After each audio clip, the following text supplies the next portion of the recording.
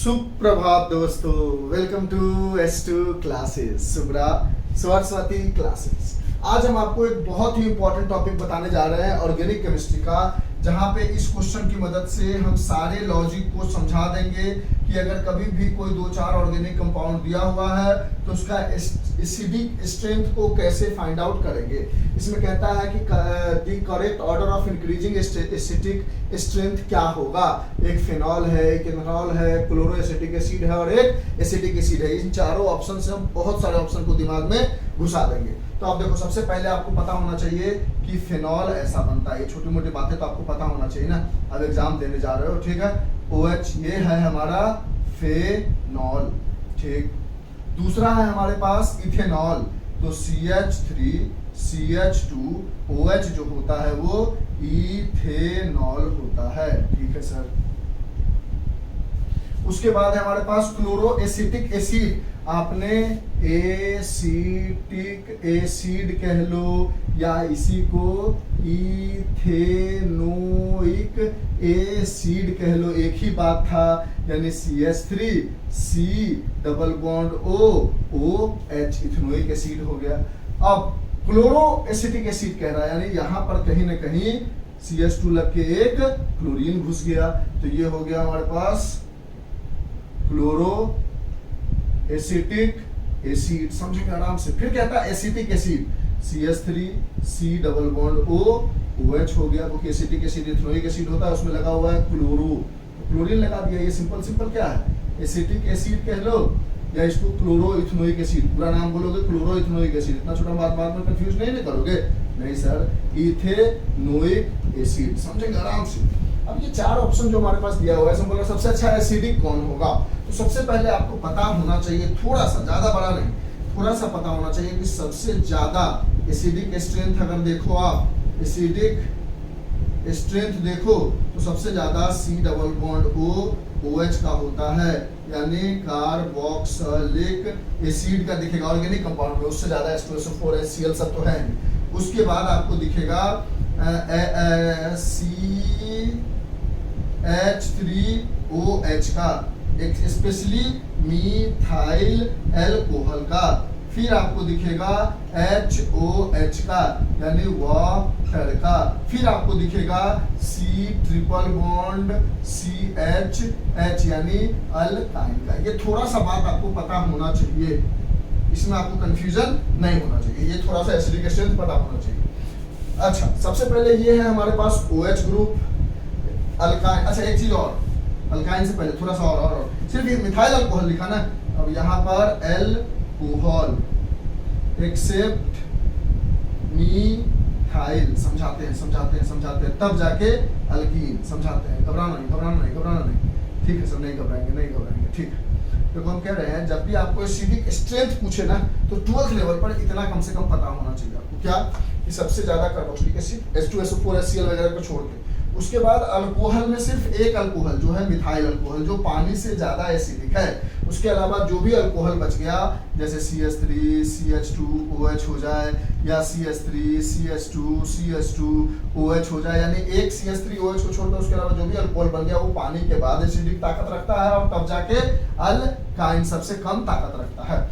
यहाँ पर देखा हमने कि मान लो ये हमारा A था, ये B था, ये C था और ये D था। हमने बोला A और B जो है वो अल्कोहल है, C और D जो है वो कार्बोक्सिलिक एसिड है, यानी C एंड D जो होगा वो दोनों के दोनों A एंड B से बड़े होंगे, इसमें कोई दिक्कत नहीं। अब हमें चेक करना है इन दोनों में बड़ा कौन है। तो एसिडिक स्ट्रेंथ मतलब क्या, कि इसमें से H+ आयंस का निकल जाना।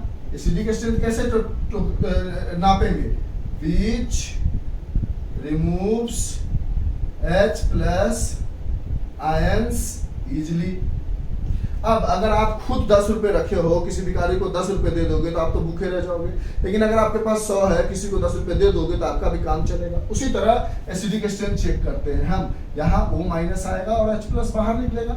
इस केस में भी CH3 CH2 O- आएगा और H+ बाहर निकलेगा।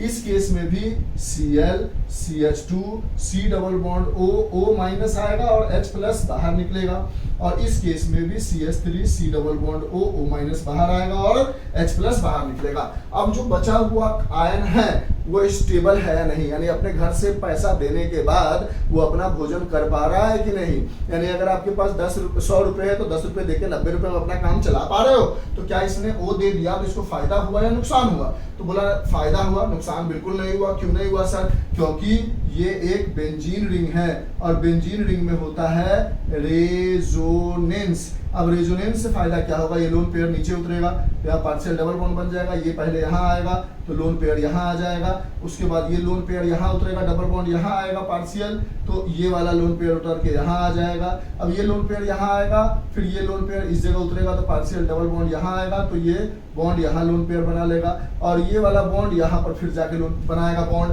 यानी ओवरऑल समझो तो रेजोनेंस होके पार्शियल डबल बॉन्ड होके वो जो इलेक्ट्रॉन भरा हुआ था उसका इलेक्ट्रॉन को घुमाने में मदद कर रहा है। यहाँ पर क्या है, एक तो बेचारे के पास इलेक्ट्रॉन है और ये इसको और इलेक्ट्रॉन दे रहा है। क्यों? क्योंकि CH3 जो है वो प्लस आई इफेक्ट को दिखाता है। अब देखो plus I effect minus I effect को कैसे पहचानेंगे? तो अगर आपके पास कहीं पर CH3 कार्बन वाला ग्रुप है तो वो प्लस आई इफेक्ट दिखाएगा, याद रखना। ऐसा हो या CH3 CH2 ऐसा हो या CH3 CH3 CH3 CH2 ऐसा कुछ भी हो, वो सारे के सारे प्लस आई इफेक्ट दिखाएंगे। उसके अलावा आपको Cl दिख जाए, NO2 दिख जाए, F दिख जाए, कुछ भी दिख जाए, O दिख जाए, सब के सब माइनस आई इफेक्ट दिखाएंगे। प्लस आई इफेक्ट मतलब जो इलेक्ट्रॉन देता है, माइनस आई मतलब जो इलेक्ट्रॉन लेता है, प्लस आई मतलब इलेक्ट्रॉन डोनेटिंग ग्रुप, माइनस आई मतलब इलेक्ट्रॉन विथड्रॉइंग ग्रुप लेने वाला। ठीक है, तो यहाँ तक हम समझ गए। तो हमने देखा कि यहाँ पर इन दोनों में से ये तो खुश कर रहा है, इसको रेजोनेंस करके इसके इलेक्ट्रॉन को स्टेबलाइज कर रहा है, क्योंकि जिसके पास लोन पेयर होता है, चार्ज होता है, वो अनस्टेबल होता है, चाहता हमको इलेक्ट्रॉन और ना मिले क्योंकि इसके पास इलेक्ट्रॉन है। प्लस होता तो इसको इलेक्ट्रॉन चाहिए होता, माइनस है यानी लोन पेयर है, नहीं चाहता है कि हमको इलेक्ट्रॉन मिले, और इस जगह का चाहता नहीं चाहता है, और फिर भी ये इलेक्ट्रॉन दे रहा है, यानी ये तो मदद कर रहा है ना, उसको नहीं चाहता है तो इसको घुमा रहा है सर्किट में, और ये इसको इलेक्ट्रॉन दे रहा है। यानी ये तो पक्की वाली बात है कि सबसे ज्यादा स्टेबल इन दोनों में स्टेबल कौन है? सबसे कम B है और उससे बड़ा A है, यानी B छोटा है A से, यानी A बड़ा है B से। इन दोनों में तो ये कहानी समझ गए। अच्छा, इन दोनों में चेक करते हैं। इसमें हमने देखा तो जब यहाँ पर O माइनस निकला, इसके पास लोन पेयर है और Cl इससे छीन रहा है। हमने बोला ना CH3 के अलावा कुछ भी हो तो माइनस आई इफेक्ट दिखाता है। अब इसके पास इलेक्ट्रॉन है, कह रहा है हमको दे दो, तो खुश हो गया। इसके पास क्या है? माइनस है, लेकिन इसका इलेक्ट्रॉन उल्टा ये दे रहा है। यहाँ पे कहोगे ये दे रहा है, इससे कोई फर्क नहीं पड़ेगा, लेने वाला ज्यादा ताकतवर है, तो Cl जो है ले रहा है, और यहाँ CH3 सिर्फ दे रहा है। यानी इन दोनों में ज्यादा स्टेबल कौन हो गया? C ज्यादा स्टेबल हो गया D से, यानी D छोटा हो गया C से। अगर हम असेंडिंग ऑर्डर में सजाए, समझेंगे आराम से, असेंडिंग ऑर्डर में सजाए तो सबसे पहले सबसे छोटा है B, उससे बड़ा है A, उससे बड़ा है D, क्योंकि ये दोनों तो कहीं ना कहीं दोनों से बड़ा है, उससे बड़ा है C, यानी सबसे ज्यादा स्टेबल है C। अगर इसी को डिसेंडिंग ऑर्डर में सजाए, ऑप्शन में जैसा दिया जाए, और जो हमने क्वेश्चन लिया था उसमें ABCD करके दिखाया था कि असेंडिंग में सजाया था, मतलब सबसे छोटा पहले लिखा था, फिर उसके बाद बड़ा बड़ा बड़ा बड़ा जो हमने यहाँ पे सजाया, या फिर इसको सजा लो CDAB, यानी B सबसे छोटा हो गया, सबसे कम एसिडिक हो गया, क्योंकि इसने अपने घर पे खाली करने के बाद इसके घर पे और अटैक पड़ गया, इसको प्रॉब्लम हो गई। ये सबसे छोटा इफेक्ट, ये नहीं चाह रहा था कि हम H+ दे, ये चाह रहा था चलो ले लो H+, कोई दिक्कत नहीं है। ये भी चाह रहा था ले लो, ये भी चाह रहा था ले लो, लेकिन उसको लेने के बाद और खुशी थी कि पीछे से कोई सपोर्ट करने वाला है, इसके पास सपोर्ट करने वाला नहीं था, तो ये ज्यादा स्टेबल हो गया इससे। तो ओवरऑल सबसे कम स्टेबल ये, उसके बाद ये, उसके बाद ये, और सबसे ज्यादा स्टेबल ये हो गया। यानी B सबसे कम, फिर A, फिर D, फिर C। इस तरह से हमने एसिडिक स्ट्रेंथ देख लिया। अब कोई भी क्वेश्चन पूछा जाएगा उसमें ये सीरीज दिमाग में होना चाहिए, उसमें से H+ निकालेंगे और देखेंगे जो O के ऊपर माइनस है, क्या उसका इलेक्ट्रॉन को उसको ऊपर और दे रहा है तो अनस्टेबल हो गया, कोई ले रहा है उससे हाँ तो स्टेबल हो गया। इस तरह से एसिडिक स्ट्रेंथ को चेक कर सकते हैं। पक्का समझा पाए? सोच लो, अगर सुनोगे तो समझा पाए होंगे, हमें जैसा लगता है। कितना टाइम लगा? 9 मिनट में हमने समझाने की कोशिश की है एसिडिक स्ट्रेंथ, हमने बहुत अच्छे से समझाया। देख लो अगर आपको समझ में आया तो। जो भी निकलने के बाद हमको देखना है कि O- को कौन ज्यादा इलेक्ट्रॉन ले रहा है। यहाँ देने वाला काम नहीं चाहिए हमको, लेने वाला चाहिए। जो ले लेगा उतना ज्यादा स्टेबल होता चला जाएगा। ठीक है, चलिए तो आज के लिए इतना ही। ये एसिडिक स्ट्रेंथ भी समझ गया। यानी ऑप्शन में क्या हो गया, असेंडिंग दिया क्या होगा, तो सबसे छोटा हो गया बी, उसके बाद हो गया ए, उसके बाद हो गया डी, उसके बाद हो गया सी। डिसेंडिंग में दिया जाएगा तो उसका उल्टा कर लेंगे। Bye, have a nice day. अच्छा लगा तो एक छोटा सा कमेंट। एसिडिक स्ट्रेंथ भी खत्म। इस तरह से पूरा क्वेश्चन को पकड़ोगे, चीजें एकदम बहुत अच्छे से कंप्लीट हो जाएगी।